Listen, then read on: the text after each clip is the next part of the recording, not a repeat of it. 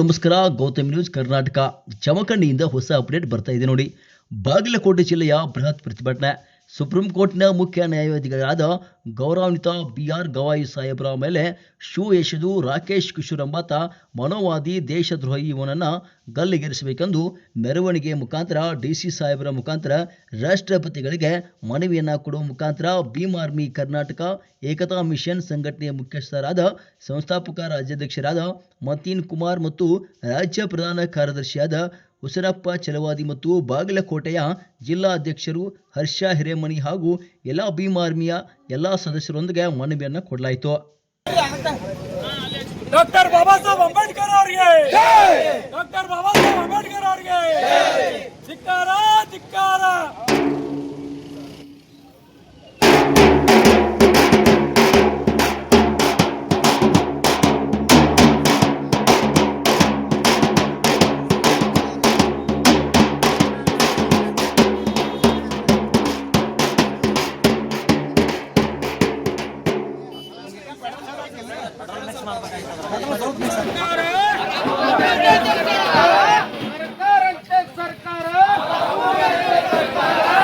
ಆಕ್ರೋಶ ಇಲ್ಲ ಅಂದ್ರೆ ನಿಮ್ ಕಡೆ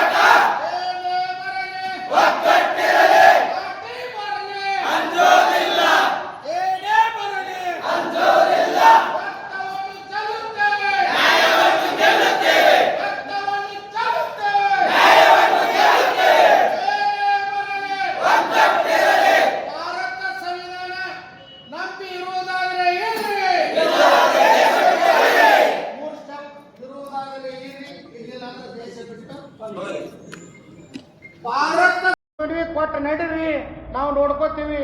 ನೀವು ನೋಡ್ಕೊಂಡಿದ್ರೆ ನಾವು ಹಿಂಗೆ ಇರ್ತಿದ್ದಿಲ್ಲ ಸಾಹೇಬ್ರೆ. ನಮ್ಮ ನೋವು ಯಾರಿಗೆ ಹೇಳೋಣ? ನಮ್ಮ ನೋವು ಹೇಳಕ್ ನೀವು 5 ನಿಮಿಷ ನಿಂದ್ರಾಕತ್ತಿಲ್ಲ. ಬಿಸಿಲಾಗಿ ಬಂದೀವಿ, ನಾವು ನಡೀತಾ ಬಂದಿದ್ದೀವಿ. ನೀವು ಹೋಗಿ ಪ್ಯಾನಿಕ್ ತಳಕ್ ಕುಂಡಿರ್ತೀರಿ, AC ಒಳಗೆ ಕುಂಡಿರ್ತೀರಿ ಸಾಹೇಬ್ರೆ. ನಮ್ಮ ನೋವನ್ನ ನೀವು ಆಲಿಸ್ಬೇಕು ಅಂತಕ್ಕಂಥ ಮಾತನ್ನು ಹೇಳ್ತಾ ಇದ್ದೀನಿ.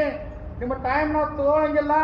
ನಾವು ಎದಕ್ಕರ ಬಂದಿಲ್ಲ, ನಮಗೆ ಅನ್ಯಾಯ ಆಗೈತಿ. ನಮ್ಮ ನೋವಿನ ಸಂಗತಿಗಳನ್ನ ಹೇಳ್ಕೊಂಡು ಇಲ್ಲಿ ಬಂದಿದ್ದೀವಿ. ಗೌರವಾನ್ವಿತರೇ, ನಮ್ಮ ಮನವಿಯನ್ನು ಸ್ವೀಕರಿಸಿ ಮುಂದಿನ ದಿನಮಾನಗಳಲ್ಲಿ ಹಿಂಗಾಗದೇ ಇರತಕ್ಕಂಥ ವ್ಯವಸ್ಥೆಯಲ್ಲಿ ಸರ್ಕಾರಗಳು ಎಚ್ಚೆತ್ತುಕೊಳ್ಬೇಕು.